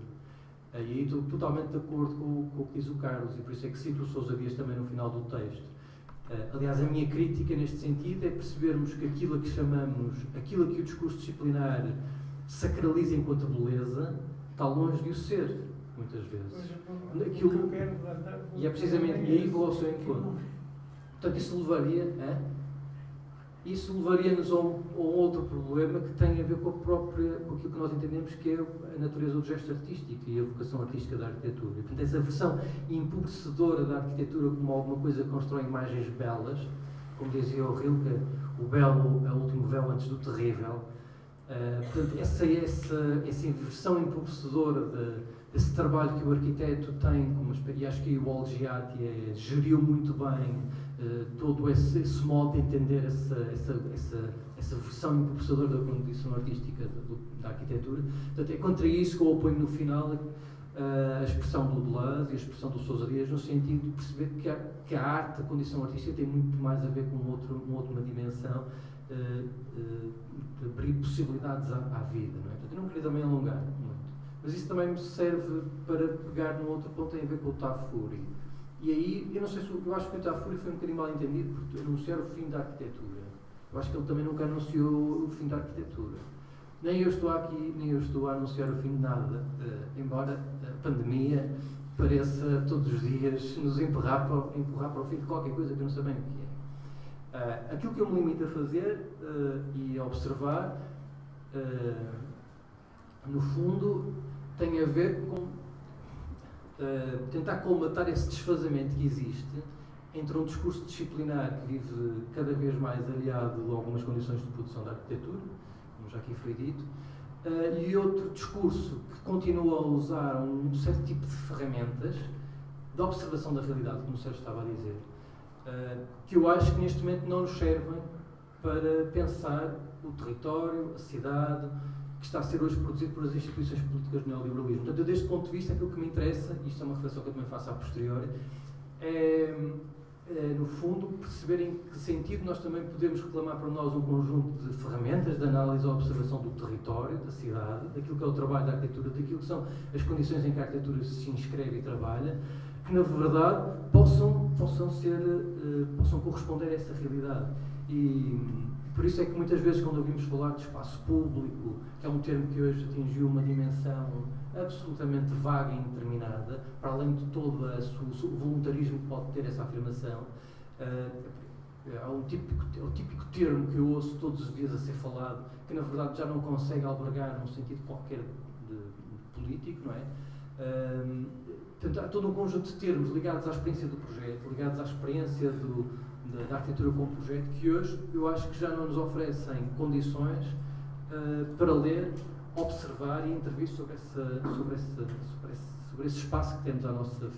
E, desse ponto de vista, o neoliberalismo trocou as voltas a isso tudo. O neoliberalismo pôs em causa todo um determinado modo de fazer as coisas. Portanto, eu não estou a anunciar o fim, eu acho que o Tafuri também não o fez, eu acho que ele chegou a um momento em que leu, isso é a minha interpretação, chegou a um momento histórico, que é o da Itália dos anos 70, em que, no fundo, tornaram-se mais que evidentes todas as contradições do projeto da arquitetura moderna e o ambiente específico de Itália, da produção teórica italiana. O Carlos trouxe aqui o Negri, eu acho que revela bem essa dimensão. Os nossos dias é que citam Negri. Sim, mas como o Negri, como trouxe o Negri.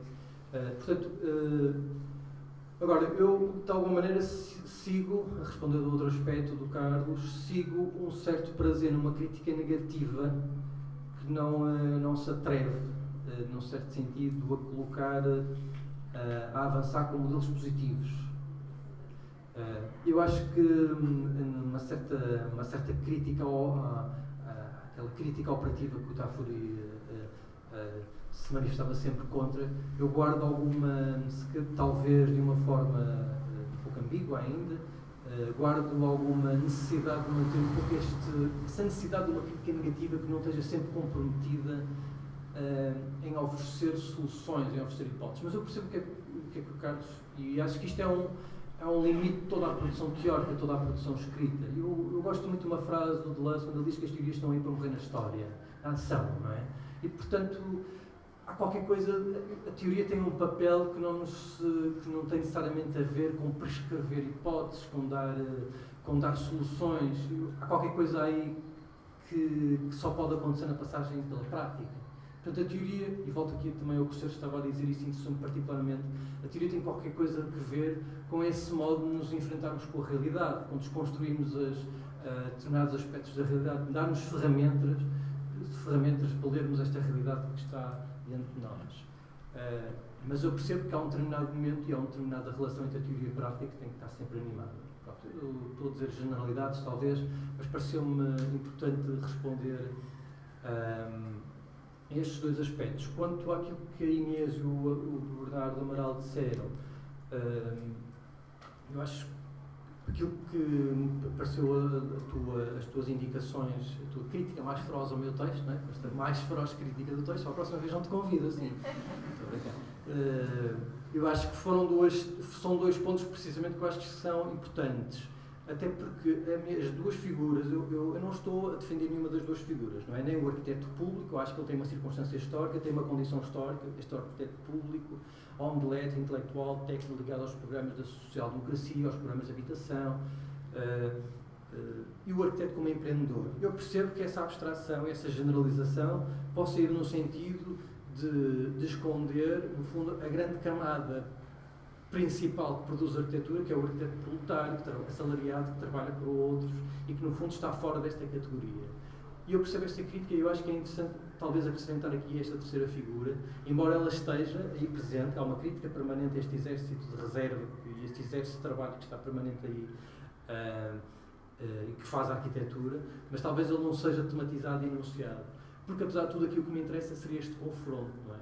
E volto sempre, este não é um texto em aberto, é um texto, cada vez que olho para esse texto, e já tive que olhar para ele muitas vezes, porque fomos obrigados a reescrevê-lo e a reeditá-lo, há muitos aspectos do qual eu sou muito distante, e portanto, se é um texto em aberto, é uma reflexão em aberto, ela não está fechada. Sobretudo aquilo que me interessa era opor estas duas categorias, tal como oponho o projeto e o objeto, não é? E não significa que elas sejam derradeiramente nomeadoras da realidade total daquilo que temos diante de nós. Mas sim, isto parece-me um aspecto importante. Depois tu referiste mais uma coisa que tinha a ver com o facto do Chamy, portanto, no fundo tu achares que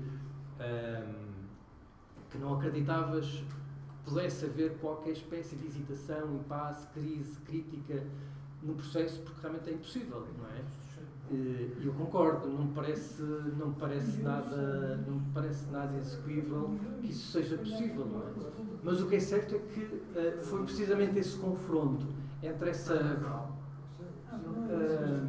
permanente tecnocracia do discurso em confronto com uma banalização da palavra poesia que me chamou a atenção para esse facto. E eu aí lembrei-me imediatamente do Souto Moura, que, quer dizer, nas conferências mais interessantes que, apesar de tudo, podemos ouvir ao longo do tempo dele, o relacionamento com a disciplina, quer seja através do Rossi, quer seja através do MIS, o relacionamento com a própria crise do processo de projeto, era uma coisa que fazia parte daquela experiência do projeto, aquela experiência de falar da arquitetura, que estava, apesar de tudo, ausente. Se isso é uma escolha por questões de comunicação, ainda torna esse problema mais interessante.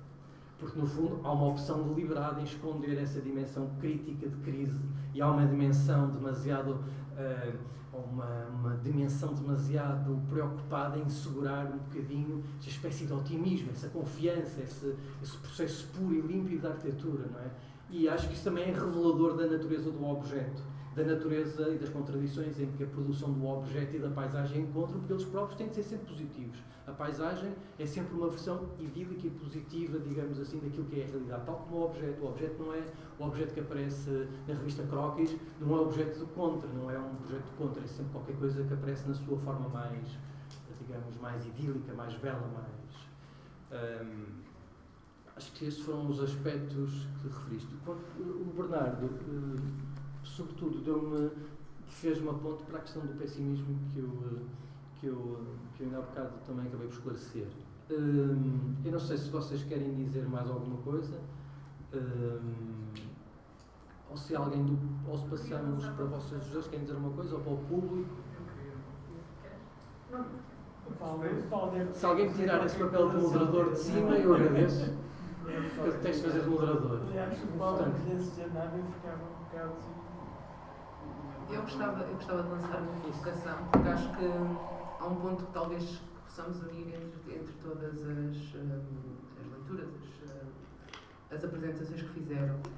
Eu se calhar partia do facto do professor Sérgio ter falado de ter sido uma sorte de se formar na altura do fascismo, em que se reconheciam quais eram as condições adversas e se conseguiam identificar. E agora nós não há rosto, não é? O neoliberalismo não existe um rosto, portanto essas condições adversas não estão identificadas. De qualquer forma, havia um sentido de cidadania, ou seja, se calhar o povo já estava construído nesse momento, não é? Se calhar nesse momento existia um povo, ou esse povo estava organizado e estava a preparar-se para ter uma ação concreta no contexto em que vivia.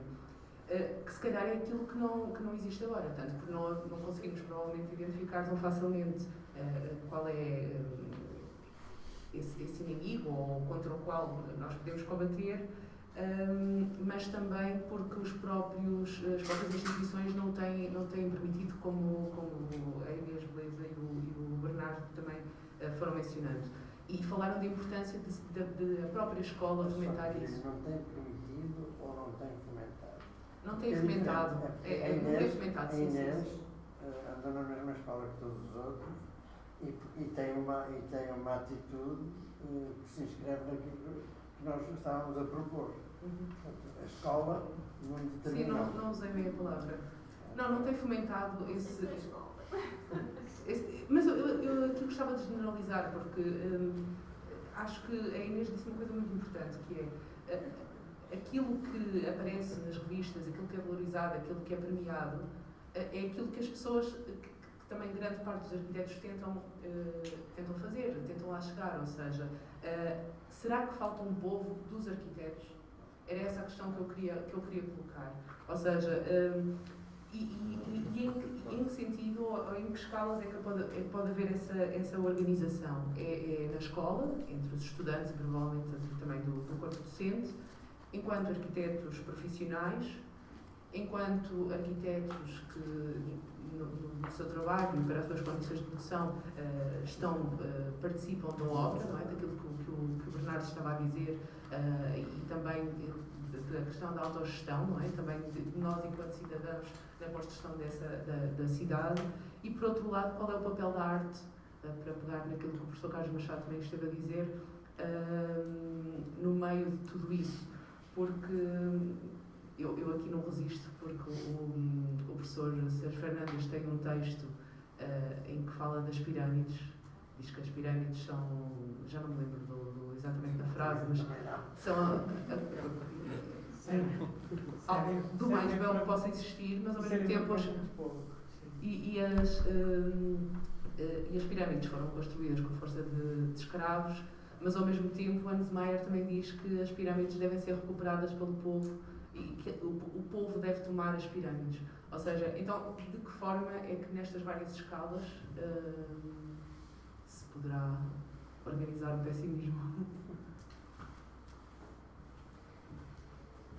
Posso só dizer uma coisa? Sim. Não posso ser aqui a pessoa. Positivo, Estou? Sim? Ok. Bem, eu não sei se a Batista tem algum nexo, mas vou tentar que eu tenha.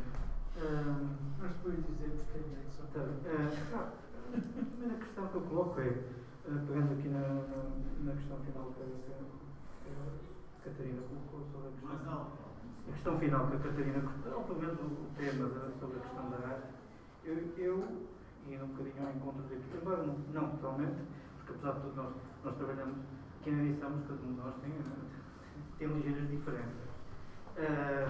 E um bocadinho ao encontro daquilo que há bocadinho o Pedro referiu, é que eu, pessoalmente, sou mais adepto daquela formulação em que a arte está aí para identificar problemas, não pelos resolver. Não se está a ouvir, desculpa lá, graças. Ok. Eu peço. Eu utilizo a máscara, fala mais alto. Ok. Sou adepto daquela formulação que a arte está aí para identificar os problemas e não para os resolver. Isto leva-me a outro ponto, tem a ver com o seguinte, que é, a determinada altura eu fico com a sensação que nós estamos aqui a falar de arquitetura como, quer dizer, estamos a falar da ressacralização, não sacralização do objeto, etc., mas parece que estamos a sacralizar a arquitetura. Ora, por que raio, desculpem a expressão, por que raio é que há aqui uma coisa inquestionável, que é a arquitetura tem um papel disciplinar para resolver A, B ou C. Isto é uma provocação, não. Isso não quer dizer que ela não tenha uma dimensão política ou que não se exerça essa dimensão política. A minha dúvida é se nós, a determinada altura, não estamos a colocar aqui a arquitetura num determinado patamar que é inquestionável. Como se ela não tivesse participado ao longo da história num processo de sobrevivência também e de luta pelo seu poder e pela sua capacidade de ter discurso sobre. Outra coisa é se esse discurso sobre tem algum significado ou não tem, se tem algum poder ou não tem. E nesse sentido, não, há uma realidade histórica, independentemente se é A, B ou C do ponto de vista daquilo que são as nossas categorias ideológicas e afins, mas podemos dizer que existiram arquitetos navais, não existem. Existiram arquitetos militares, já não existem. Okay. Já não existem porque a realidade histórica alterou-se e deixou de ser necessária. Ou seja, é preciso ter aqui algum cuidado, parece-me a mim, também da forma como falamos da arquitetura como um território que é um reduto de um conjunto de iluminados para resolver os problemas da sociedade. Isso leva a uma outra questão, e já vou à questão da morte da arquitetura. Porque aí é o grande problema dos arquitetos olharem para aquilo que é o texto do Tafuri fora do seu contexto. Mas sem querer ainda alongar-me sobre isso, porque também não vou ter tempo para isso, isto leva a um outro problema que é o seguinte: nós estamos aqui a colocar, por exemplo, o foco do Pedro é no problema do projeto. E eu pergunto, o projeto, do ponto de vista, considerando aqui uma espécie de tempo longo, e não olhar porquê? Porque a determinada altura nós estamos aqui a falar do século XX para a frente. E estamos a falar daquilo que foi um fenómeno, daquilo que foi o papel de uma conjugação em que a arquitetura também foi útil para a realidade histórica e de repente vivemos um bocadinho o desmame dessa função, e lá está, função que foi retirada da arquitetura. E entramos numa espécie de psicose relativamente à forma como a arquitetura pode voltar a recuperar esse poder. E o que eu quero dizer com isso é que esta questão do projeto, se nós o virmos num tempo longo, também podemos olhar para ele de outra forma, em que medida ele foi uma espécie de aproximação do ponto de vista da racionalidade e afins, uma aproximação da arquitetura, da sua recuperação de poder, de ter algum papel na sociedade, mas eventualmente temos que o equacionar de outro modo, porque ele também fracassou. E equacionar, inclusive, se é válido, porque provavelmente, ao contrário do que o Carlos refere, quando ele falava de um certo reduto disciplinar, é aí que vamos encontrar, provavelmente está mais próximo do que ele julga de uma determinada posição relativamente ao para não alongar muito, onde é que eu ia? Ok. Ou seja, o que eu quero dizer é que eu não consigo fazer esse discurso sobre o papel da valorização da questão do projeto, fazendo única e exclusivamente esta bitola do século XX para a frente. Porquê? Porque a disciplina, e então voltando atrás para esta espécie de sacralização da disciplina, ela foi eu vou considerar que ela começa naquilo que são os moldes atuais enquanto, digamos assim, exercício intelectual, que ela começa no Renascimento para a frente. E aí, por exemplo, a título de exemplo, o próprio humanismo não tem apenas aquela dimensão harmónica que normalmente a história transmite. Aliás, existe um humanismo que é muito mais pessimista. E podemos pegar aqui no Alberto. O Alberto, ao mesmo tempo que está a escrever o DRF Reedificatório, ou como é que se diz, está a escrever uma peça que é o Momos. Que é da Sim, mas não digas isso do reedificatório, diz o título completo. Como é que se diz? Isso não é assim que se fala. Ok, está bem. Do ponto de vista da família, está a escrever o Momos, etc. Não estou a falar do caso do Momos. O Momos é uma obra profundamente pessimista. É uma obra profundamente pessimista. Ou seja, a determinada altura, o próprio Albert encarna nestes dois polos. Porquê? Porque ele entende este lado mais abstrato como uma espécie de simulação. Não existe aqui uma espécie de ideia sobre, é uma simulação muito mais espiritual de afins, é uma espécie de realidade suprahistórica. Portanto, mas isso é outra questão. Indo aqui ao encontro da questão do drama da arquitetura e da morte da arquitetura, eu suponho que numa segunda, ou já me recordo, na segunda ou na quarta edição da publicação, o autor teve a necessidade de clarificar um pouco essa questão, porque todos liam aquilo como se fosse uma espécie de anúncio da morte da arquitetura. Primeiro, qual é o contexto da produção daquele artigo? Ele começa em 1969 numa revista chamada Contra o Piano. Já não estava lá o Negri, mas o Negri também iniciou esse projeto. É que tem um contexto político. Claro que a primeira reação basta pensar no que é que o Portuguesa faz. Faz uma revista chamada Contra o Espaço. Ou seja, tenta dizer que existem soluções. Existem soluções para o contra. É uma espécie de reação à contra o piano. Na realidade, essa espécie de falência de uma determinada dimensão e de uma função da arquitetura não significa que ela não possa continuar a existir. Provavelmente é aquela ideia de projeto que resultou do período do movimento moderno já não é válida nas circunstâncias históricas atuais. E é preciso discutir essa dimensão, é preciso colocá-la em cima da mesa, é preciso ver no tempo longo, como eu estava a dizer há pouco, qual foi o papel que jogou, inclusive, a própria disciplina arquitetónica. Aliás, os principais inimigos que ele arranjou com isso foi na área dos engajados. E dos Ele está a criticar também a utopia, não é? Ele está a criticar os utopistas todos os anos Isto aí é além da aliança. Isso é óbvio. Duas coisas em relação a isto. Uma é a ideia da beleza, que para mim é importante. A esquerda não pode prescindir da beleza.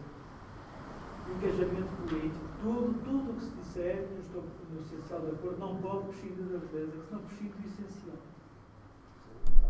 Isso não tenho dúvida nenhuma. Para mim é uma coisa claríssima. E quanto tempo mais passa, para mim cada vez é mais claro. Ou outra, como sabem, não sabem, mas o Paulo sabe. Como é que se define essa beleza? Como é que se define essa beleza? Eu tentei mostrar que é complexa. Não é bonito. Começamos logo por aí. Não é a minha questão, não é Começamos logo por aí.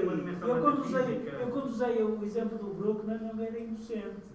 O Anton Bruckner, não sei se sabem, era um compositor bastante reacionário, conservador do ponto de vista pessoal, era católico, enfim, bastante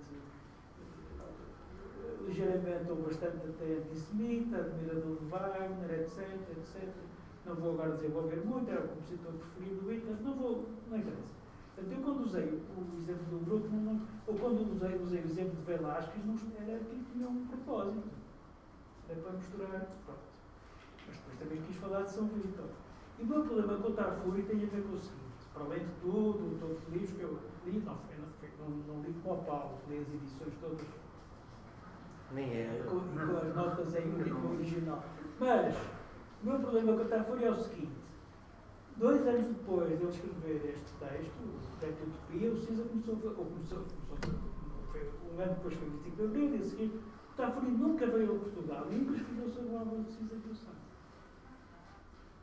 E escreveu páginas e páginas, a meu ver, completamente inúteis sobre os New York Five, e os gays, e os whites, e aquela banda de formalistas americanos e europeus, que não interessam nada, que desapareceram completamente, porque os intelectuais também têm o seu mercado. Os economistas também têm. Sérgio, quer dizer alguma coisa? Se calhar, queres dizer alguma coisa? Vocês querem? Não sei, jeito tudo. Eu não sou péssimo moderador, detesto fazer esse papel. Já escrevi, já fiz com o Paulo e com a Catarina esta edição. Demorou imenso tempo a organizar este lançamento com estas confusões todas da Covid. Ainda tenho que fazer moderador no final. Estou a ficar cansado. Mas eu acho que era interessante, se calhar, passar a palavra. Não sei se alguém quiser fazer algum comentário. Não temos muito tempo, acho que temos de terminar às 8, não é? Temos. Eu se puder fazer um comentário, sim, estava mas, a cuidar diretamente aqui a Catarina, que nos colocou questões objetivas. Então, muitas questões foram colocadas e, portanto, eu estrategicamente vou decidir aquelas que vou responder. Mas a questão que a Catarina colocou e que para mim eu considero pertinente, apesar de ser impossível de responder, é qual é o papel. Primeiro, foram duas. Será que está em falta o povo de arquitetos? Eu diria que não existe povo de arquitetos, existe maneiras de nós nos conseguirmos representar Existe várias características que nos unem e que simplesmente é preciso organizá-las e perceber como é que como é que organizamos o pessimismo, que tipo de ações é que temos que fazer para conseguir juntar as pessoas, porque elas existem. E sobre qual é o papel da arte? Isso é impossível de responder. Eu tendo a concordar com o Paulo que tal como a arquitetura, a arte deverá questionar, deverá identificar os problemas que existem, mas não só. Por exemplo, eu lembrei-me agora, durante a conversa, de uma referência de uma peça de arte, do Sol Lilith, de uma exposição que houve no MoMA, que daí saíram os artistas conceptuais, em que o Sol Lilith tinha, portanto, indicações, não é? Porque as obras dele não eram feitas por ele, porque tinha uma lista de indicações que era 4 horas, 4 trabalhadores, 4 horas de trabalho diário, $4 por hora para cada trabalhador. E isto é mais, eu diria, mais do que questionar. Ou seja, houve uma identificação dos moldes, lá está, dos modos de produção, não é? Como era na altura feita a arte, como continua a ser hoje em dia. Houve essa identificação e deu-se um passo em frente. Quis, portanto, dizer que aqueles trabalhadores iam receber mais do dobro do que aquele que era o pagamento normal à época, que era $1,70, assim uma coisa, e agora iam receber $4. Portanto, é muito difuso o papel que nós temos, aquilo que pode ser a arquitetura ou não, a arte, o que é. Se a beleza é mais importante que o posicionamento político ou que a parte funcional da arquitetura, eu tendo a concordar com o K. Michael Hayes, que é um equilíbrio entre a função, entre a forma e a cultura, como está escrito no texto dele que eu citei. Mas realmente eu acho que há maneiras de se dar esse passo em frente. Sempre também, uma vez que operamos dentro do modelo vigente, sempre de uma forma parcial e que lá está, e que suja as mãos, não é? Porque, por um lado, se tem uma ideologia podemos ter uma ideologia muito marcada, mas efetivamente operando dentro do sistema, que é assim que se faz a mudança, que se organiza o pessimismo, que se faça acontecer aquilo que quer que seja, temos que assumir que também terá de ser de modo parcial, de modo faseado. A Peggy Dima usa uma expressão que é: temos que saber persuadir e, portanto, estar dentro para fazer surgir a mudança. Aliás, a Bienal de Arte de Berlim deste ano, o texto da Bienal é Cracks from Within, acho eu, o título é muito, muito parecido. Portanto, operar a mudança por dentro. E isso, eu acho que nós temos exemplos atuais que o fazem. Por exemplo, o Jack Self com a Real Foundation é um exemplo claro desse. É um exemplo também como na academia se pode incitar à mudança.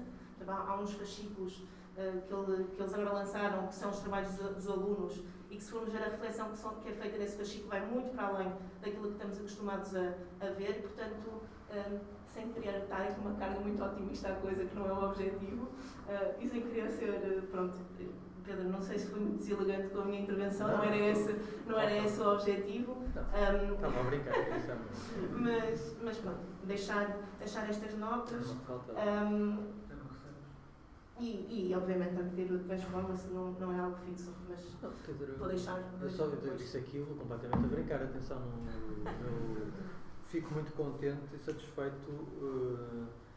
Quer dizer, porque este texto todo, eu não vou entrar aqui em debates que eu acho que precisávamos mais tempo para os fazer, mas eu volto a dizer isso, aquilo que mobiliza esse texto e que mobiliza esse empenhamento, e acho que falta também aquela própria circunstância da Stones, tem muito a ver com o deserto disciplinar, com o deserto em que a disciplina da arquitetura se tornou.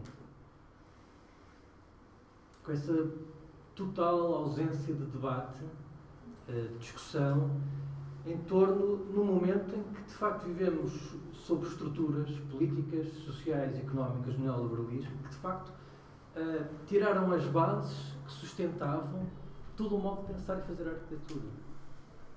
Eu acho que esse é a minha maior, é o pano de fundo que está por trás de tudo isto, não é? Fundo, perceber como é que podemos reatar, se há condições para reatar qualquer discurso disciplinar e político, neste sentido também, que seja capaz de perceber todas estas transformações que afetaram não apenas a sociedade, a cidade, não apenas o território, a produção da habitação, etc., mas a própria posição do arquiteto nos processos de produção. porque aí o Tafuri estava errado de alguma maneira, quer dizer, não estava errado. Isto é, a arquitetura não deixou de ter uma função com o neoliberalismo e com os anos 80, e daí o Tafuri foi bastante lúcido em ver essa transição. A arquitetura passou a desempenhar outro tipo de funções. O que desapareceu foi um determinado sentido utópico, um determinado sentido, digamos, político de intervenção do projeto. Não é? Mas a arquitetura hoje, ao contrário daquilo que o discurso disciplinar tenta tantas vezes dizer, cumpre uma função na produção do território, da habitação. Basta ver, para perceber isso, é preciso perceber que hoje, por exemplo, que uma cidade é um território altamente financiarizado, onde os mecanismos de exploração da acumulação de capital não estão hoje apenas nas relações entre o capital e o trabalho, mas estão no nosso cotidiano, na nossa vida. Nos seguros de saúde, na habitação, na educação privada. Portanto, se falamos de uma economia financeira, significa que ela invadiu todos os espaços da nossa vida cotidiana. E por isso é que a Margaret Thatcher, nos anos 80, quando privatizou toda a habitação pública no Reino Unido, isto foi sobretudo um modelo de experimentação e de teste para perceber como é que se podia criar, de raiz, todo um sistema financeiro. E, de facto, a função que... Há um livro muito bonito de uma senhora brasileira chamada Raquel Holnick, que agora está uma tradução para inglês, mas o livro também existe em português do Brasil, a habitação na era da finança, assim, qualquer coisa deste género, a Guerra dos Lugares, este é o título, a Guerra dos Lugares, a habitação na era da finança, onde ela expõe muito bem todos esses processos de financiarização da habitação, como aquilo que chamamos hoje a nossa casa, a nossa habitação, é o terreno principal daquilo que são todos um conjunto de processos de expropriação, de acumulação de capital, que não está apenas na relação do salário e do trabalho. Isso parece-me fundamental, até para perceber por isso o que é este objeto arquitetónico e a função que este objeto arquitetónico cumpre, ele próprio, numa economia altamente financiarizada. Portanto, tudo aquilo que nós falamos, esta exaltação dos seus valores perenes, essenciais, da sua beleza, da sua imagem, tem claramente a ver com uma economia que vive dessa multiplicação de capital que o objeto arquitetónico é capaz de fazer, ao mesmo tempo e aí a Margaret Thatcher também é um exemplo importante, que foi a Margaret Thatcher no Reino Unido, que desenvolveu toda uma retórica em torno da casa como o último bastião da proteção individual, o último bastião da proteção do indivíduo e da família perante um mundo cada vez mais perigoso. Toda essa retórica serve também ao mesmo tempo para legitimar essa privatização da habitação e, sobretudo, para dissimular o facto da habitação ser hoje precisamente o local de todas as explorações, todas as expropriações, para além do trabalho, é óbvio. Não é? Eu não sei, acho que temos que... Estavam a fazer sinais? Sim, claro. Desculpa. Posso? Em relação àquela questão que a Catarina levantou, quem é o povo da arquitetura, e também um bocado para responder a essa questão que tu levantaste da financiarização, do neoliberalismo. Sim, o neoliberalismo veio mudar as regras do jogo, mas não é o principal responsável por os arquitetos se afastarem. São os próprios arquitetos que se sentaram à sombra da bananeira e desistiram de fazer luta e de identificar e ativar um discurso mais de resistência em relação a esse tipo de processos. Facilmente entrando numa espécie de mundo bonito, de imagens e numa espécie quase de fetichismo, no qual somos todos também um bocado, pelo qual somos todos seduzidos. E por isso é que é importante organizar e pensar o povo dos arquitetos para além das imagens bonitas, para além das casas de luxo, porque a arquitetura não é só isso. Mas nós também somos povo, também é importante ver-nos como parte do povo e não fazer essa separação, nós os arquitetos e vocês o povo. Vai um bocado em contra aquilo também que o Sérgio Ferro defende, que é defender a ideia de um sujeito coletivo, a arquitetura trabalhar com todos, com os construtores, com os moradores, como parte desse sujeito coletivo e não como alguém que está de fora só a dar umas ideias. Sim, vai um bocado em conta também aquilo que o Giancarlo de Carlo defendeu e uma conferência que ele deu, que é quem é o público da arquitetura, para quem é que nós estamos realmente a trabalhar. E acho que é importante repensarmos e reconfigurarmos a maneira de nos relacionarmos com o outro, com o público e com os construtores e com os promotores e por aí fora. E nesse processo acho que é possível fazer política. Não se calhar de uma forma revolucionária, mas pouco a pouco, ou reconfigurando de outra forma as relações de produção e as formas de estar na arquitetura e por aí fora. Não sei se temos que acabar. Temos que acabar.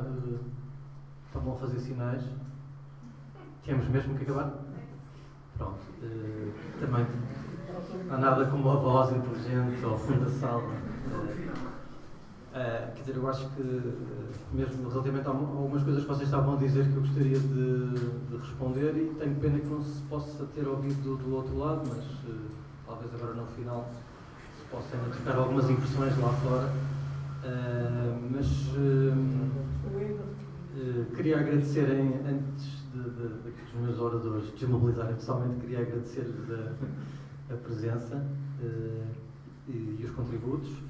Agradecer a vossa presença e, de facto, o facto de fazer este papel de moderador. Portanto, obrigado.